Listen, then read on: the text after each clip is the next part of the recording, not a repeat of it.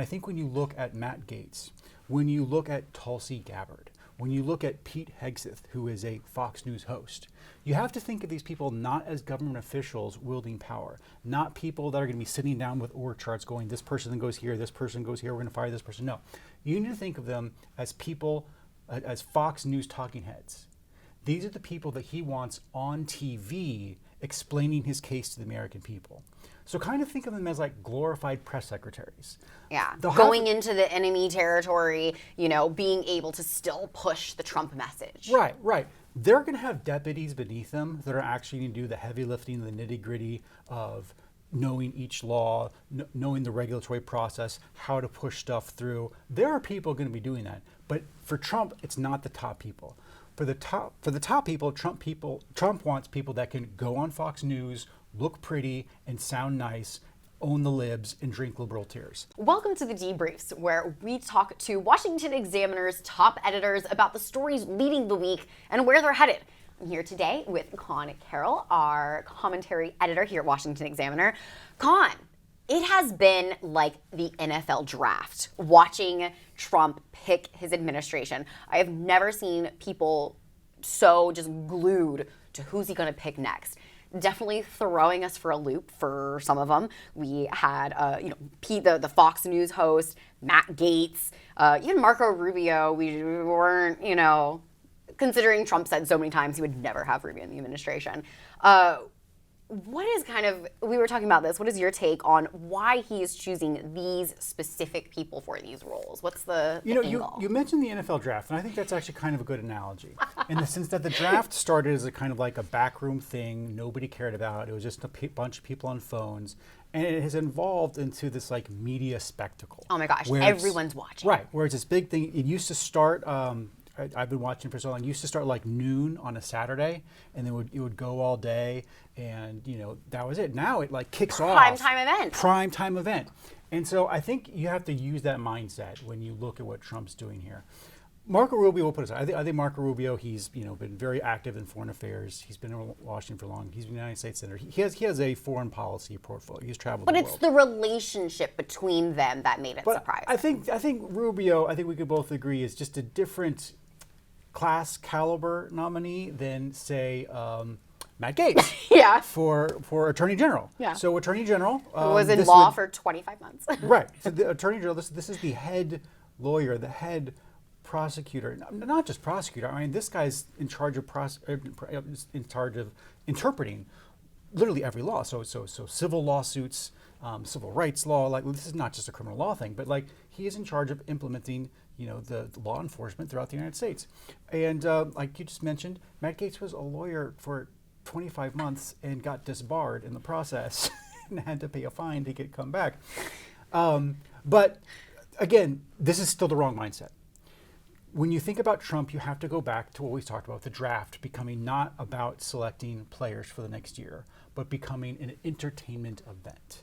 And so when you look at Matt Gaetz, when you look at Tulsi Gabbard, when you look at Pete Hegseth, who is a Fox News host, you have to think of these people not as government officials wielding power, not people that are going to be sitting down with org charts going, this person goes here, this person goes here, we're going to fire this person. No, you need to think of them as people, as Fox News talking heads.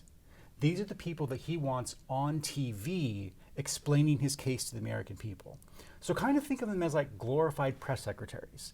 Yeah, going into the enemy territory, being able to still push the Trump message. Right, right. They're going to have deputies beneath them that are actually going to do the heavy lifting, the nitty gritty of knowing each law, knowing the regulatory process, how to push stuff through. There are people going to be doing that. But for Trump, it's not the top people.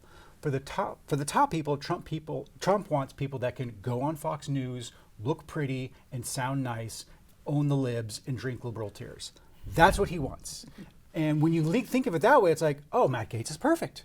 He hates the Department of Justice. He has a backstory. He's been, just like Trump, persecuted by the Department of Justice. He's on TV constantly. He's a fighter. It's like, oh, all of a sudden, Matt Gaetz makes sense. Same with Tulsi Gabbard, attractive woman on TV, knows how to talk about these things.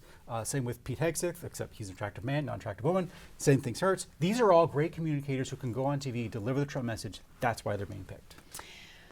But we want to keep on with his majority, slim majority in the House. You have picks like Elise Stefanik, Matt Gaetz. He's getting a little bit of flack for these picks, not because whether or not they're good for that role, but the more he takes away that need to be replaced, whether it be in snap elections Right. or appointments. No, that's an issue. So, right now the votes are still being counted. We don't know. So they have 220, 221 as we speak, depending when this airs. They will maybe get 222, maybe 224, max 224. So that leaves them only about 4 seats breathing room. And so, Stefanik, he's already named. Gaetz, Who's already, resigned. is right, already resigned. So that the margin gets slimmer and slimmer. And so, yes, Florida can call a special election. New York can have a special election. We can start replacing these people in a couple months.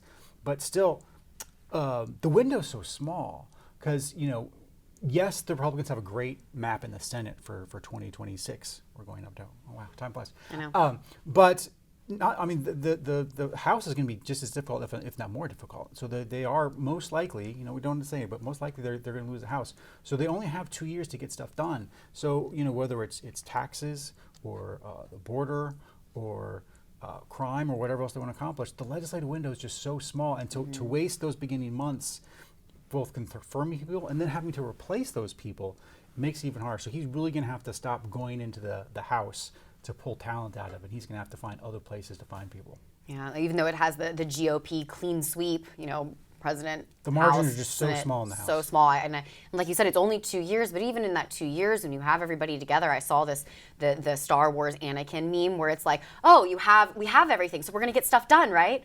We're gonna get stuff done, right? Like, not gonna be the infighting about whether or not we're gonna confirm people or so. So I guess we'll have to see how it plays out in the next 2 years. I think so. The leadership elections you had both in the House and Senate went very smoothly yesterday.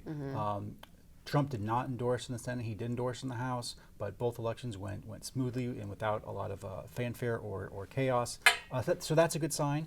It's too early to say he's not going to get a ton done, but I do feel like the morale is high at the moment. There you go. Well, we'll have to wait and see what gets done. Conn, Carroll, thank you so much. Absolutely. Commentary editor here at Washington Examiner. I'm Amy DeLaura, and for more straight news, exclusive interviews, head to washingtonexaminer.com.